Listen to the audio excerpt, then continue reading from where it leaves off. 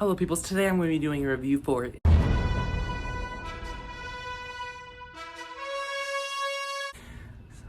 Yeah, this show was just amazing. I'm just gonna flat out say it. Wow.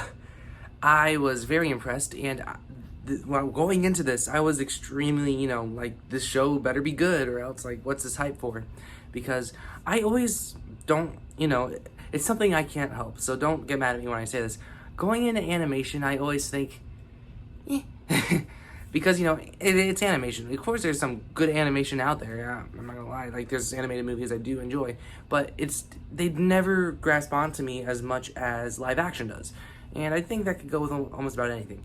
But wow, the animation here, of course it wasn't like perfect animation, but it didn't bother me here at all because yeah. And it felt like a Spider-Man show, even though obviously it's not Spider-Man. Spider-Man with the powers of Superman, but yeah, it was just all done very, very well. What I like about the show the most is I realized that it picks and pulls from the best parts of comic book media. It does what I like about comic book media, and it takes everything that I like and almost puts it together. Like, of course, there's some things that I don't like that's in here. Like, I felt like some of the villains felt a little cartoonish at sometimes, but that's just a minor nitpick.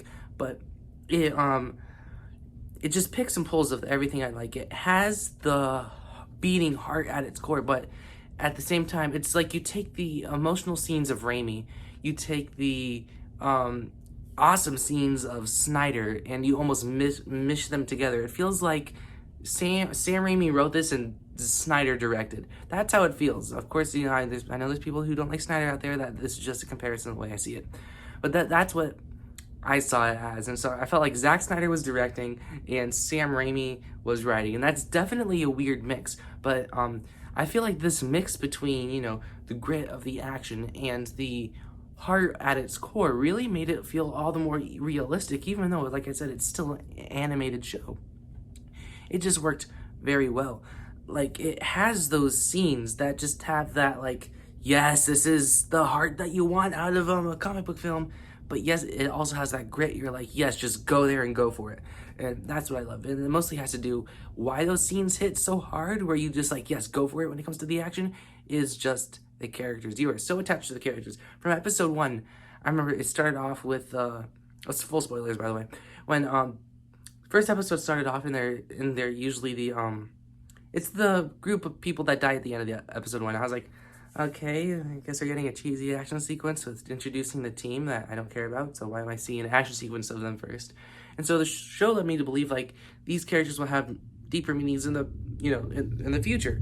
And that's what the show is going for, obviously. And so when you see Omni-Man just kill them all randomly and you don't know why, that's just, that I was like, if you go look at my, I've been doing some shorts for the, on YouTube, you see my reaction as soon as I'm done watching the episode, and I was like, I'm hooked. And that's how it really went for me. The voice cast, amazing. I love Steven Yeun. He did a great job in The Walking Dead for the first 6 seasons that he was on there. He was fantastic in Minari, and of course, he was great here as well. J.K. Simmons was really, really good. And everyone else just did a fantastic job. There's a lot more I can name, but those are definitely the standouts for me. Like I said, that episode 1 editing, that really grabs you. If you turn it off like halfway through episode 1, you really have to get through episode 1, and you are just, you're hooked. And the last episode, we've been living in this Marvel day where the show starts off really strong, and then you get to the end and it's not as good, but it's not terrible. This show is just consistently amazing. It's not like Marvel what I notice with Marvel shows, it kind of goes like, this peaks at like halfway through and then kind of goes downhill. And so, this show didn't do that. It was just consistently like the best thing I've ever seen. And the last episode had that weight to it, where one, it felt like the last episode, and 2, it had that personal weight to it and the scale weight of everything that's going on. Like I said, the animation here, it was just so, I can't see the show being done anything else than animation now. Considering that the scale that they're going for, what they're trying to do with it, animation's the only real way to pull it off. Because when you have something this personal and it feels this real, you have to either spend a crap ton of money that Amazon does not have for this show that just started, and make it visually look fantastic, or do it animated. And so everything it's just a creative book where you can do basically anything. And this really, like I said, it felt like a Spider-Man show. It like took those personal elements, and it was almost like the best thing about Spider-Man is, like, especially Spider-Man Homecoming, it feels like an episode of What Would You Do? And this show really just does that. It really feels like an episode of What Would You Do? I feel like that one guy should be walking in the diner any second and sitting down, and the characters just start crying, because it just feels so like, it has that sense of person to it, and I just love it. And as for problems, in the last episode, I noticed that last episode, Omni-Man is just pushing Invincible through all excuse me, I have a cough, but he's just pushing Invincible through all these buildings and trains, and all these people are dying. And yes, it does feel like it all happened, and it had to wait while it was happening. I would have preferred a little bit more of a PTSD for Invincible's character with that experience. Of course, he still has the PTSD with his dad, and you do see that, but I don't necessarily felt like they hit on it as much as I think they should have, because even though they do hit on it, like he's thinking about what his dad did to him and how upset he is about his dad, I never got the sense he felt bad for the death that was around him. He got angry about it, but I never got that sense of like he was thinking, oh man, all those people died and he's gonna blame himself. That's the direction I thought they were gonna go, but I don't know, maybe they'll explore that more in season 2, so it's not really much of a criticism, because season 2 and 3 is already concerned. Like I said, these are just nitpicks. Like I said, some villains, like the main villain here is Omni-Man, and of course they have a little side villain so they can throw in an action sequence or whatever, and so they could do like the what would you do scenes. And some of the villains there felt very cartoony, and so when you have scenes that are just like, and most of the time the action is so gritty and blood-filled, and you have this cartoony villain, it doesn't necessarily mesh as well as I wanted it to. But like I said, it's just a nitpick. It's a small side villain you occasionally had.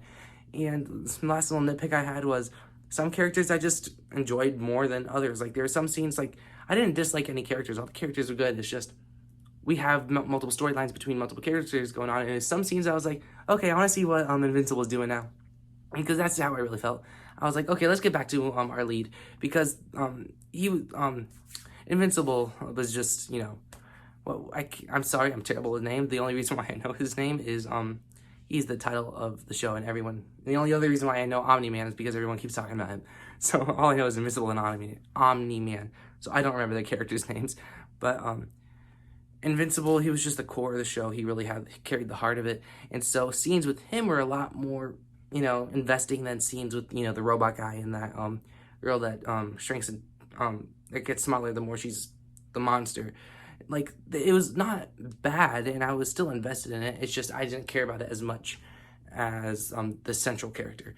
But besides that, like, small little nitpicks, I did really enjoy the show, and I cannot wait for season 2 and 3. I'm gonna give Invincible a 9 out of 10. So yeah, if you guys haven't seen this, check this out. Like, it took a lot for me to go and watch this, and I actually have gone and watched it and really liked it. And I know for a while there, I was like, people were telling me, watch Invincible. I was like, I'll get to it. But if you're watching this video right now, and if you're still watching, don't keep on telling yourself, I'll get to it, because it really is that good. So yeah, anyways, that's my review for Invincible Season 1. Hopefully I'll be back a year from now making a Season 2 video. Who knows? So yeah, anyways, like, share, subscribe, and stuff like that, and adios.